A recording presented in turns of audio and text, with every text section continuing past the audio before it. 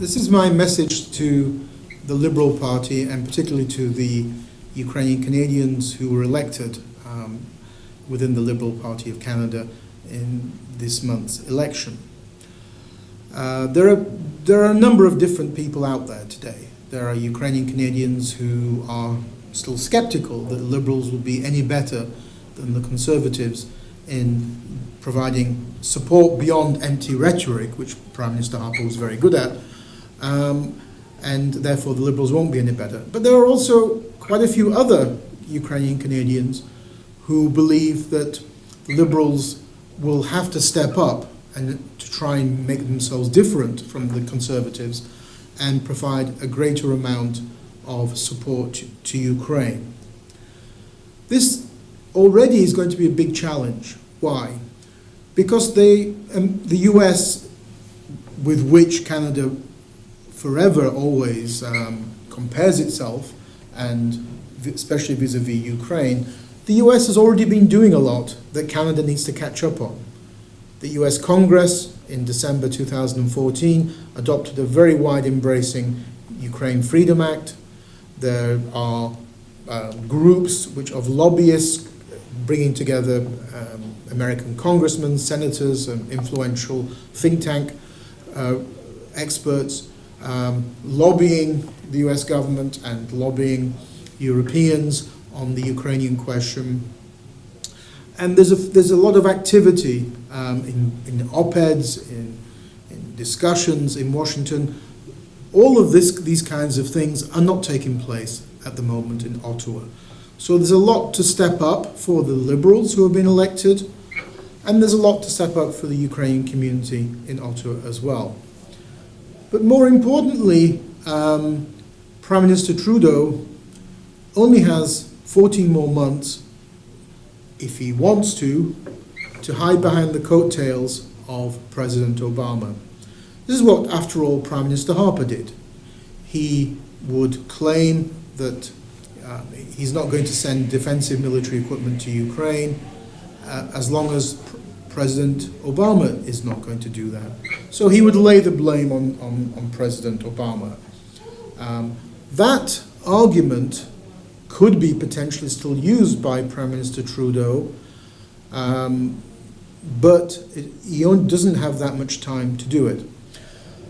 The US will hold its next presidential elections in November 2016, so about a year from now. The next US president will come into office in January 2017.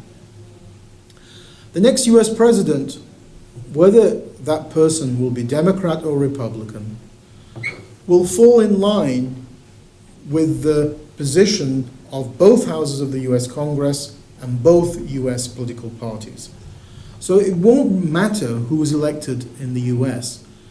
They will support the US Congress in the sending of defensive military equipment to Ukraine, which has suffered aggressive attack from a foreign power which has tried to dismember it and has occupied and continues to occupy a part of its territory. Once that happens, Prime Minister Trudeau is in a bind. I mean, he could have broken the ice already prior to the election of a new US president, and he could have already begun to send defensive military equipment from Canada. I personally doubt it. I would love to be wrong about this. And I've offered to buy a few people even a round of drinks about this. If I am wrong, I would wish I am wrong. But I somehow don't think that he's going to try to be a loner and do this before the US does it, and at a time when the EU is saying, hold off, we have a ceasefire that's in place, and we don't want to disrupt the ceasefire. After all, Prime Minister Harper claimed that one of the reasons he didn't send defensive military equipment was that if he did, this would lead to an escalation of the conflict, which I thought was a ludicrous excuse, but that was the reasoning he gave. Now, probably another reason could have been his fear of little green men arriving in the Arctic and Canada having to deal with that problem of hybrid war in the Arctic Circle. So what are the options for Prime Minister Trudeau? Well, he can go it alone, without the Europeans, without the US, in the next 14 months. He certainly needs to ask the Canadian ambassador to Ukraine to at least be a bit more active. I mean, I follow media on Ukraine on a daily basis, on Twitter, Facebook, and elsewhere. The US ambassador is extremely active, Geoffrey Pyatt, but I don't see a very active Canadian ambassador to Ukraine. Why is that? I think he certainly would be good if he had a bit more pressure from Ottawa and from Ukrainians in Canada to step up his activities. There's also a lot that Canada could be doing, which is in the direction of what the US is doing. There's growing concern in Ukraine that on the domestic front, because we've been talking about the external front dealing with Russia, but on the domestic front, another major battle is the fight against corruption, particularly high-level corruption, and the oligarchs. And here, the US ambassador, unlike the Canadian ambassador, has been extremely active in publicly criticizing Prosecutor General Shokin for undermining the fight against corruption. It's time maybe the Canadian ambassador did likewise. Why is he so silent on these questions? But more importantly, the US is helping to transform Ukraine's militia, Soviet-style militia, into a European police force. And as of the end of this week, the term militia will no longer be in use. Ukraine will have a fully functioning police force, of course in the process of creation still, but nevertheless that is going in the right direction. And that's received a lot of help from the US. Canada is involved in the training of Ukrainian forces and National Guard, together with 7 other countries, US, Britain, Poland, Israel, Georgia, Turkey, and Lithuania. But let's remember that some of this training is greater than what took place in the past, but other examples of this training is the kind of activities that were being undertaken under NATO's Partnership for Peace program going back to 1994, i.e. over the last 20 years. So some of it isn't really anything new. So it's been taking place for a long time.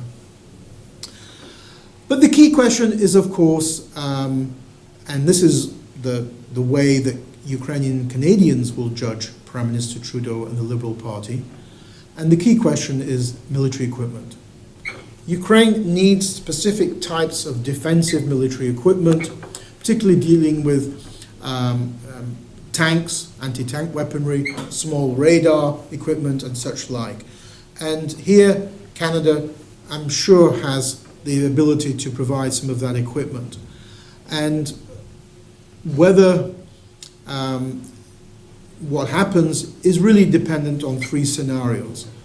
Prime Minister Trudeau goes it alone without the Europeans and the Americans and already begins sending defensive military equipment, even if it's covertly, it doesn't matter.